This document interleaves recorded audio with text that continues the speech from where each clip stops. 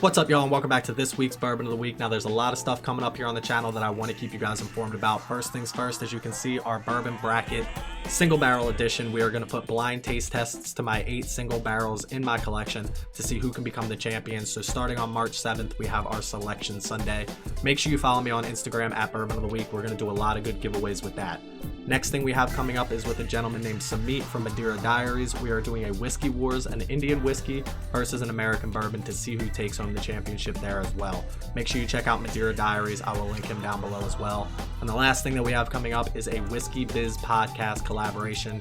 We're going to join Whiskey Biz podcast on one of their podcasts. Talk whiskey, talk other things. If you don't already, check them out anywhere you can find your podcasts. I'll link them down below as well. But that's going to bring us into our review for this week. And of course, we're going to keep it in Pennsylvania this week. We are going with Wigle Pennsylvania Straight Bourbon Whiskey. This is out of the Pittsburgh area. So let's see how it does today. Cheers.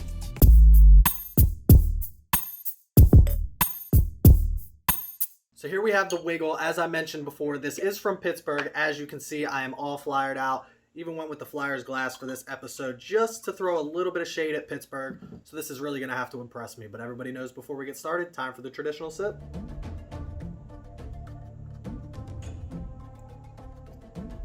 It's different. So being from Pennsylvania myself, I was actually very interested in trying the Wigle line. This is their Pennsylvania Straight Bourbon Whiskey. I also have what's called the Wigle Afterglow, but that's for another day and another time since it's not considered a bourbon. This is a 2-year aged, 92 proof bourbon. And their big selling point is that it's USDA organic certified. So you're not going to get a lot of bourbons like that. It's a non-sourced bourbon. Everything's grown locally. So it is corn, wintered wheat, and then the malted barley. So it is a wheated bourbon, but everything, like I said, grown locally and does have that organic certification on it. So as for all of that, what does that do for our product here? And let's get into drinkability right away. I can tell you on the first sip for a 92 proof, this is very smooth. No real bite to this. If you don't like that bite, this is going to be a good one for you. Because they don't have any of that rye taste in there, there's no rye in it being a wheated bourbon. That's usually what you get. You get a smoother sipping bourbon. I'm not the biggest wheated bourbon guy. You have Maker's Mark, you have Weller's, which are some of your big names in the games when it comes to wheated bourbon. This one's not bad though if you're looking for that smoothness and that no ethanol kick. Probably going to be a good one for Rissa's reviews, so maybe we'll get to that today. But as for drinkability on this, let's take one more sip and see where it falls.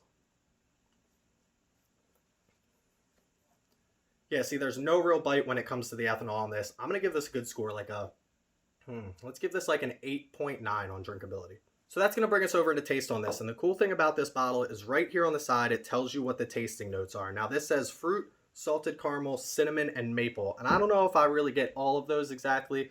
You kind of get a little bit of a salted caramel kick. And the reason I can say that is working at an ice cream store, one of our most popular flavors is salted caramel. And you do get a little bit of that pretzely, salty taste with it.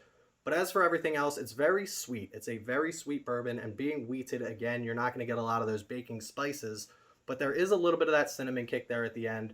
But everything else is that honey note, I guess, is what they're trying to pull with that maple. But again, it's not my favorite flavors. Again, it's not bad. It's not disgusting. Nothing like makes you not want to drink any more of it. It's just not what I'm looking for in my traditional bourbons. It's not a vanilla caramel oak with a little bit of leather or anything like that. There's no real smokiness to this. And that's what you're going to get with a 2-year-old bourbon. But again, we do have to realize that it is only a 2-year-old bourbon, and it is coming from a craft distillery. So let's get one more taste on this, and then we'll give you a score. See, it's not bad. It's a little watered down, but I'm actually surprised with how much flavor you can pull from this. So as for taste, I'm going to give this like a, let's give it like a 7.8 on the taste scale. So last but not least, that always brings us into price on this, and that's where this is going to struggle a little bit. This is a $55 bottle here in Pennsylvania, $54.99. They're not exporting it anywhere, so they're making it here and selling it here, so there's really shouldn't be any extra cost associated with that. Now, obviously getting that USDA certification, obviously being all local grown and no source for a craft distillery, they do have to make their money, but at the same time, $55 is a hefty price to pay, considering how many bourbons are out there right now at a lower price point that I would personally pick up before I would get this bottle. So when you're talking $55, I don't want to knock the company because I know that they have to make their money, especially being a smaller distillery, but I'm not going to pay $55 for this. This was actually a gift from a friend. He wanted me to try it. Another thing that I hate about it, obviously it's from Pittsburgh. Can't do anything out there in Allegheny County. They shut down one bridge and you can't get anywhere. So because of those two things, I'm not going to give this the greatest score on price. I'm going to give it like a 5.7 when it comes to price, just because I would never pay anywhere near that for this product right here. Sorry. So as I add these scores up, let's send it over to this week's Bourbon Bomb of the Week, and you're not going to want to miss this one because it's kind of a funny story about how Wigle got its name. Let's do it.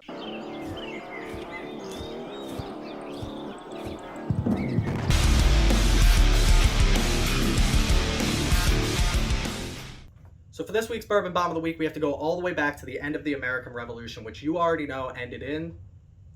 Come on, you know this. Don't look it up. Put your phone away.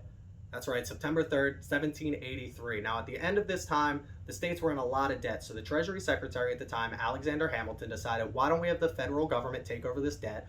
But to take over this debt, they also wanted to put in a whiskey tax. At the time, George Washington was very opposed to the whiskey tax, but he went through Pennsylvania, he went through Virginia, and local officials seemed to love it, so he took it back to Congress. And of course, without the people wanting it, they passed this bill. So like many taxes today, this tax was very unfair towards the small producer and very lenient towards the large producer. In fact, it was 6 cents per gallon for a large producer, and they got tax breaks with higher quantities, and it was 9 cents per gallon for the small producer. They also had to pay in all cash, while the large producer could pay at the end of the year. And I don't know if you know this, but at the time they actually had tax collectors. You didn't write checks, you didn't mail it in, you didn't pay it online.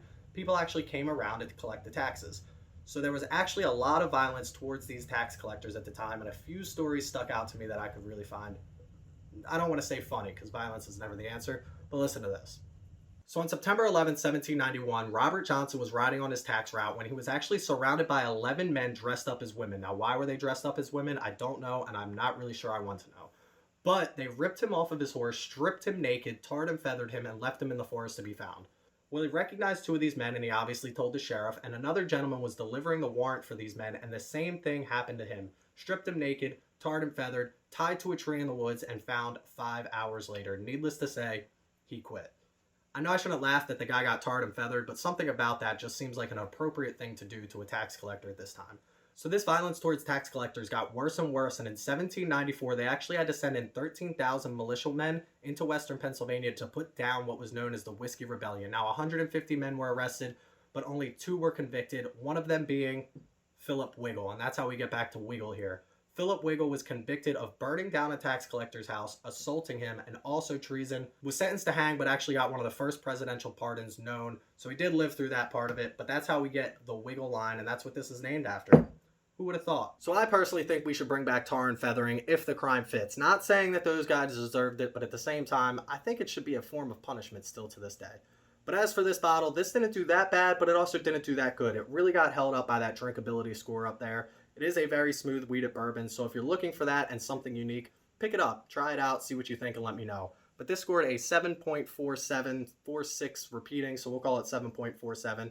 Which puts it kind of towards the lower end of the list, but again, a little bit better than I thought it was going to do for being a craft, young distillery, as well as being a pot still. But I really am interested in getting Rissa's reviews on this because I didn't like it so much, and we've found out that she usually likes the ones that I don't like so much. So let's see what she thinks. Cheers.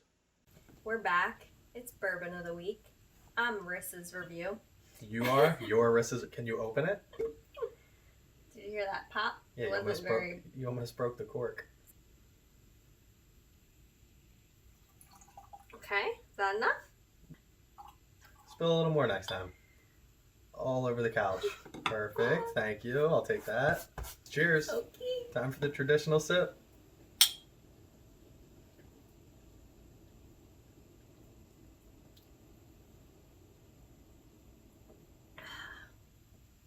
Yep, it burns a lot. A lot? Ooh. You literally think the ones that don't burn burn a lot, like and the ones right that here burn is still burning. Still burning? Yeah. No. This one's smooth. No. Yes, it's a wheated bourbon.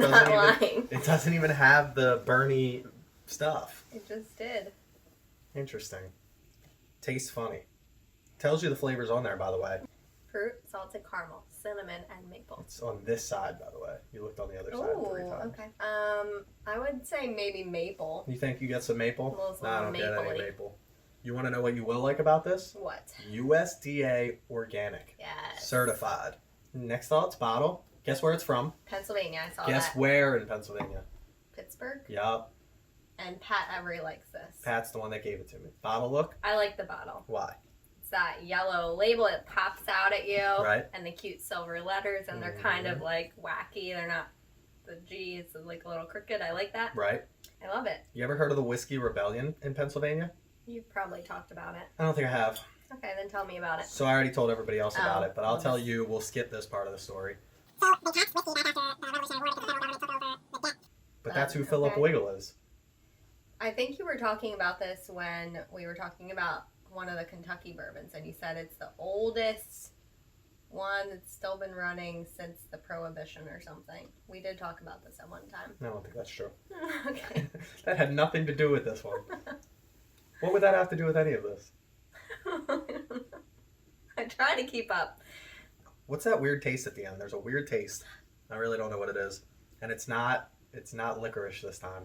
It's Inferno Fireballs. Inferno Fireballs. That's the taste. Is the taste. It does say cinnamon, but it doesn't taste like a... Fireball. That's what I was thinking of.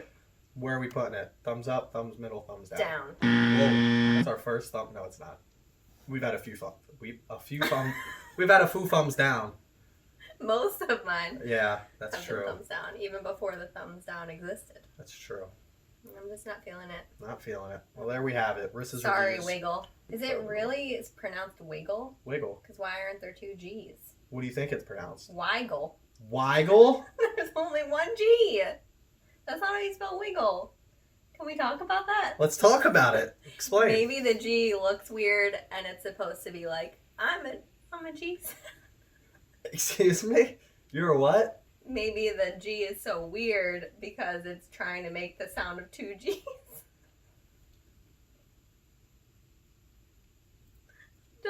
Okay. Anyway, it's not spelled right. Kind of annoyed. We should look it up. Why is there only one G? Maybe they have a... That's how they spelled his name. It's named after somebody. Oh! I just told you that entire story, Philip Wiggle. But that's who Philip Okay. Wiggle is. Maybe it's Philip Weigel. I don't know. We literally just had a 5-minute conversation about why it's got the name. I forgot. 30 seconds ago? I forgot that was his name. I remembered who the guy was, but like I don't remember names when someone brings up a name. When I say his name was Philip Wiggle, you just forget that name immediately? Yeah. Okay, good. So this bourbon gets a thumbs down. Okay, Now. just jumping right back into it. Now, don't forget, I have a channel. It's called Bourbon of the Week on YouTube. Like, They subscribe. are watching that right now. They know you have I'm a wrapping channel. it up. I gotta go over other things still. Did you tell them about your TikTok? You've lost it. You should just walk away, I think. I think you should walk away. No, I'm good. I don't think you're good. Okay, I'm good. I need you to pull it together. We gotta end this. Okay. You good? Yeah. All right. I'm ready to roll. Wait, but did you tell them about your TikTok? No, I didn't tell them about my TikTok. Guys, I got a TikTok. So that's it for this Check week's 'em Bourbon out. of the Week. Make sure you check me out at Bourbon of the Week on Instagram. We drop a picture of the bourbon that we're going to review every Wednesday at 4 p.m. on Tuesday. So you can go on and guess the score that you think I'm going to put. Last week we had Chris Smith come in and win a friend of the channel. I didn't know what this was. You were Oh. pumping him up. Yes, A I friend like of the when people channel. win. So congrats to Chris Smith. He's going to be our first entry in our February Okay. giveaway. So you get shout out on the channel and you get entered in a giveaway. We picked 3 people in our last giveaway. We're going to be sending those out this week. And that's where we're going to leave it. Make sure you click that like. Make sure you click that subscribe. Don't drink and drive. And as always, Wash your hands. wash your hands. We're getting close, y'all. I think we got a couple more months here. Let's do this. Cheers. Hopefully less than that. Hopefully less. Wiggle. What was that? This is what happens when I don't What drink was for that? 2 weeks. Why are you crying?